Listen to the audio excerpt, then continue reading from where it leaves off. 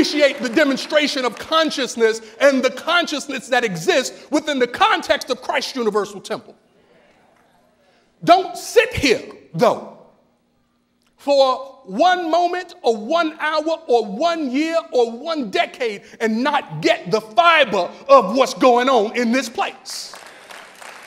Because prosperity is having what you want when you want it.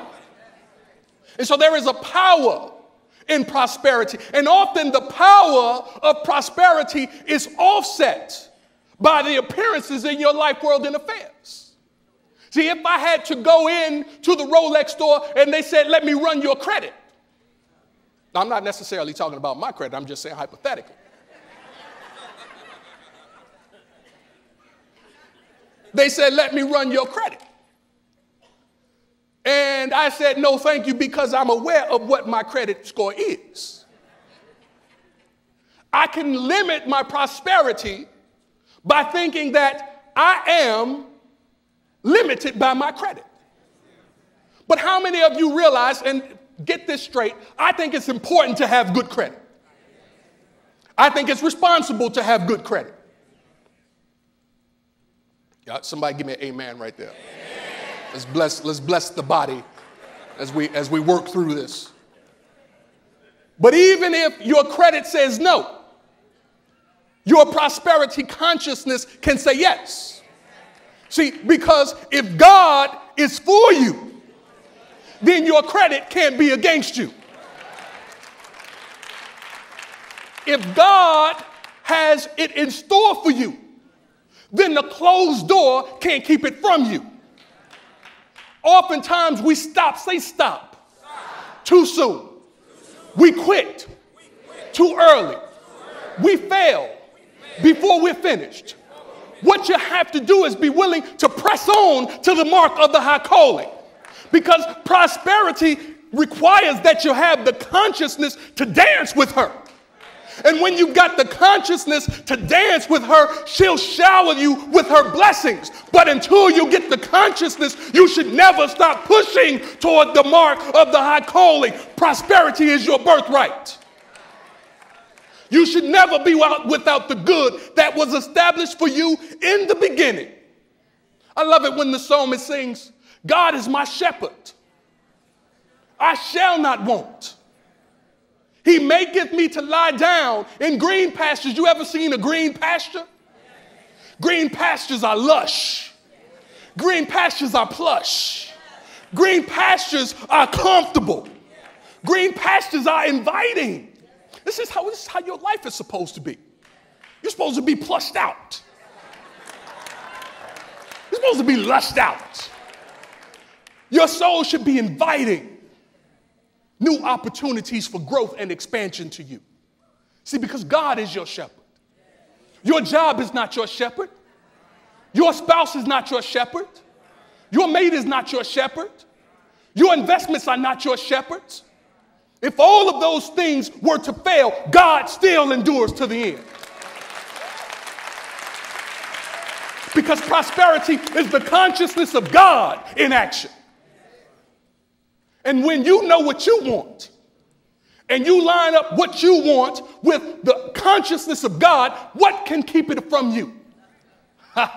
Heaven and hell will pass away before your consciousness that's entitled to the goodness fails.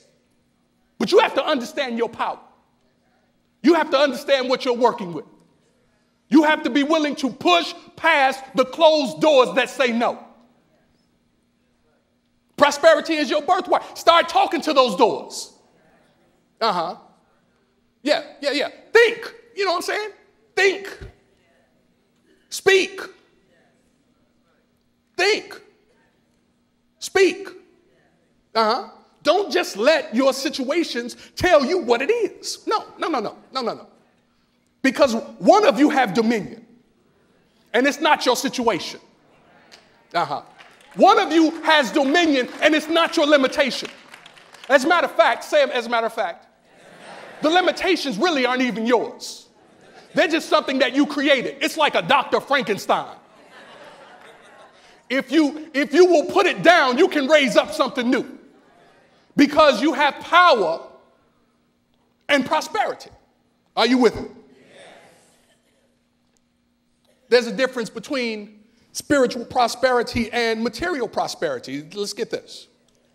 Spiritual prosperity is founded, say founded, on understanding that there is an inexhaustible, say inexhaustible, omnipresent substance. Now, what does that mean? That means that if everybody in this room and everybody in this neighborhood and everybody in the city and everybody in the state and everybody in the country and everybody in other continents, everybody on the globe, if they had their peace, there's still a peace for you. Because God is inexhaustible. See, what we do is we begin to worry and fear that there is none for us. But there's always some for you when you know how to work what you have to work. But there is never a lack of substance, and you couldn't use all the substance that you have access to if you knew how to do. You cannot deplete the substance that you draw on to create and press out the kind of life you want to experience. That's why you can always remake yourself. You can always remodel yourself. You can always renew yourself. You can always glam yourself out when you get ready to. You don't have to settle for what you've created. If what you've created is now not big enough for you, then step into your new bigness. Stop trying to force yourself in situations that no longer fit the expansion of your soul. See, because God prosperity is the consciousness of God.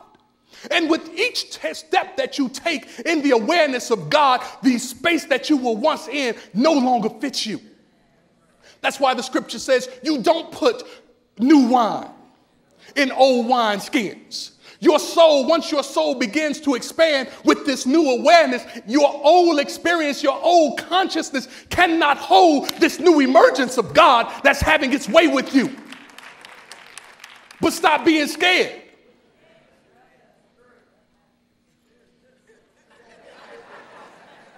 Stop being fearful. You do realize that worry and fear just create more patterns of worry and fear.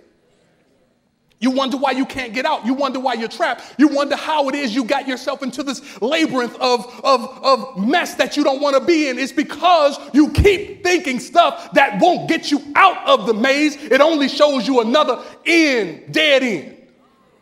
And I'm saying that there's one answer and one way out, and it's up. It's not down.